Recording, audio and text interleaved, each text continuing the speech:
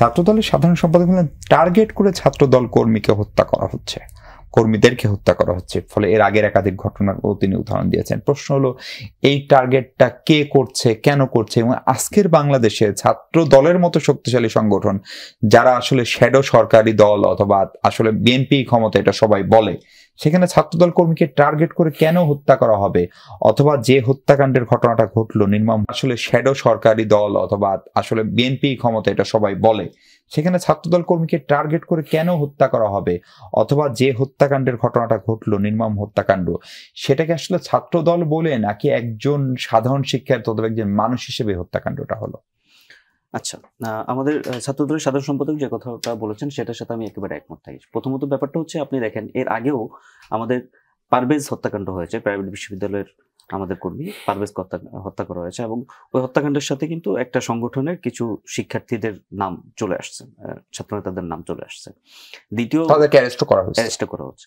এবং দ্বিতীয় যে ঘটনাটা ঘটলো আজকে, এই ঘটনাটাও আপনার একটা পরিকল্পিত হত্যাকাণ্ড। কিভাবে হয়েছে, পরিকল্পিত কিনা সেটা হয়তো বা আমরা আরেকটু সময় দিলে তদন্তের মাধ্যমে সেটা 3 জনকে গ্রেপ্তার করা হয়েছে। তার মধ্যে আমরা বিভিন্ন সামাজিক যোগাযোগ মাধ্যমের বিভিন্ন জায়গাগুলোতে যেটা দেখেছি, সম্রাট নামে একজনকে অ্যারেস্ট করা হয়েছে, তিনি মাদারীপুরে আওয়ামী লীগের কর্মী।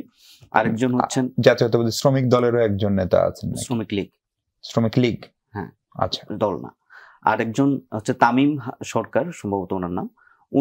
ওনার একটা অডিও আমার কাছে কিছুক্ষণ আগে একজন সেন্ড করেছে, সেখানে উনি নিজেকে জামায়াত কর্মী হিসেবে পরিচয় দিয়েছেন, একটা তার চ্যাট লিস্টের একটা ভাইরাল অডিও। তো এখন দলীয় পরিচয়টা বাদ দিই, টার্গেট করে হত্যা করা হয়েছে, এটার একটা বিরাট অর্থ আছে।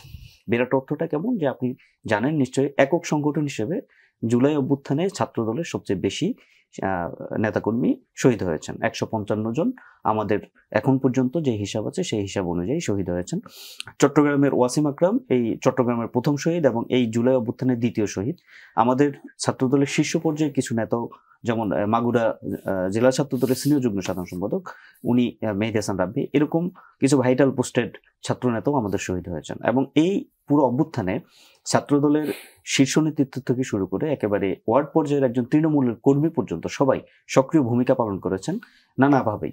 তো এইটার একটা যারা পতিত শক্তি এবং পতিত ফ্যাসিবাদের এখনো কিছু দোসর যারা এখনো বাংলাদেশে রয়ে গেছে, যারা বিভিন্ন ভুল পাল্টে এখন অন্য নামে রাজনীতি করার চেষ্টা করছে, এরা এই একটা টার্গেটের ভিতরে আমাদেরকে রাখতে পারে, নাম্বার 1।